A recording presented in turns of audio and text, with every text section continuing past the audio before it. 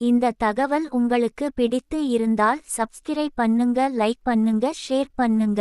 நண்பர்களே, எனக்காக please mobile phone safety tips. Cellphone வெடிப்பது ஏன்?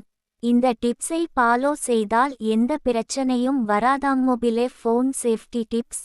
நாம் அன்றாடம் பயன்படுத்தும் செல்போன்கள் ஏன் வெடிக்கிறது, இதனை தடுக்கும் வழிமுறைகள் குறித்து இந்த பதிவில் காணலாம். தற்போதுள்ள நவீன காலத்தில் செல்போன் இல்லாத நபர்களை காண்பது அரிதாகிவிட்டது. ஒருவரை எளிதில் தொடர்பு கொள்ளவும், பல தகவல்களை செயலிகள் மூலம் தெரிந்து கொள்ளவும், பொழுதுபோக்கு போன்ற அனைத்து வசதிகளும் இதில் உள்ளதால் சிலர் 2-3 செல்போன் பயன்படுத்தி வருகின்றனர். இந்த செல்போன் வெடிப்பதை நாம் கேட்டுள்ளோம், சிலர் பார்த்தும் உள்ளனர். தற்போது கூட ராமநாதபுரம் மாவட்டம் பரமக்குடி இருசக்கர வாகனத்தில் செல்லும்போது பேண்ட் பாக்கெட்டில் வைத்திருந்த செல்போன் வெடித்து நிலைதடுமாறி விபத்து ஏற்பட்டு பரிதாபமாக உயிரிழந்தார். செல்போன்கள் ஏன் வெடிக்கிறது, இதனை தடுக்கும் வழிமுறைகள் குறித்து செல்போன் சர்வீஸ் கடை வைத்திருக்கும் முத்து தெரிவித்த விஷயங்களை ஃபாலோ செய்யலாம்.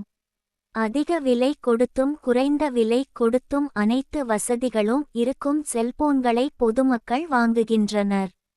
ப்ராசஸர் குறைவாக இருக்கும் செல்போனில் அளவுக்கு அதிகமாக செயலி பயன்படுத்துவது, அதிக ரேம் கொண்ட ஃபஜ்ஜி போன்ற கேம்களை ஏற்றி விளையாடுவதால் செல்பி சூடாகி பேட்டரி வெடித்து செல்போன் வெடிக்கிறது.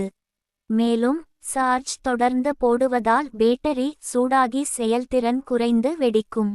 சார்ஜ் போட்டுக்கொண்டு கேம் விளையாடுவது, செல்போன் உபயோகிப்பது போன்றவை செய்வதால் வெடிக்க கூடும்.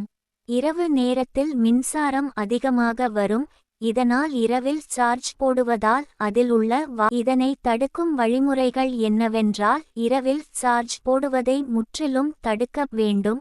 90% மேல் சார்ஜ் ஆகிவிட்டால் சார்ஜ் போடுவதை நிறுத்தவும். சார்ஜ் போடும்போது செல்போன் பயன்படுத்துவதை தவிர்க்க வேண்டும். செல்போன் வாங்கி 1.5 வருடம் கடந்தால் அதன் பேட்டரியின் தன்மை குறையும், இதனால் கூட வெடிக்க வாய்ப்புகள் உள்ளதால் சர்வீஸ் சென்டரில் பேட்டரியை மாற்றிக்கொள்ளலாம். பேட்டரியின் உள்ள வேதிப்பொருட்கள் ஒன்றோடு ஒன்று சேருவதால் கூட பேட்டரி வெடிக்க வாய்ப்புகள் அதிகம் உள்ளன. இதனால் இரவில் தூங்கும் போது அல்லது தினமும் ஒருமுறை ஸ்விட்ச் ஆஃப் செய்வதை வழக்கமாக பின்பற்றவும். இன்டர்நெட் மொபைல் டேட்டாவை தேவைப்படும் போது மட்டும் ஆன் செய்யவும். அதிக ரேம் கொண்ட கேம்களை ஏற்றி விளையாடாமல் அந்த செல்போனின் ப்ராசஸருக்கு ஏற்ப உள்ள கேம்களை தான் ஏற்றி விளையாடவும். இதனால் செல்போன் சூடாகுவதை தடுக்க முடியும். நாம் செல்போனை பயன்படுத்திய பின் அதனை தனியாக வைத்தால் அதில் பேக்கிரவுண்டில் செயலிகள் இயங்கும், அதனை கிளியர் ஆல் கொடுத்து விட வேண்டும். நீண்ட நேரம் பயன்படுத்துவதை முற்றிலும் தடுக்க வேண்டும். செல்போன் வெடிப்பது 2 காரணங்கள் தான், ப்ராசஸர் மற்றும் பேட்டரி. இதனை மேற்கண்ட வழிமுறைகள் மூலம் முறையாக பயன்படுத்தினால் செல்போன் வெடிப்பது தவிர்க்கலாம். இந்த தகவல் உங்களுக்கு பிடித்து இருந்தால் சப்ஸ்கிரைப் பண்ணுங்க, லைக் பண்ணுங்க, ஷேர் பண்ணுங்க. நண்பர்களே, எனக்காக ப்ளீஸ்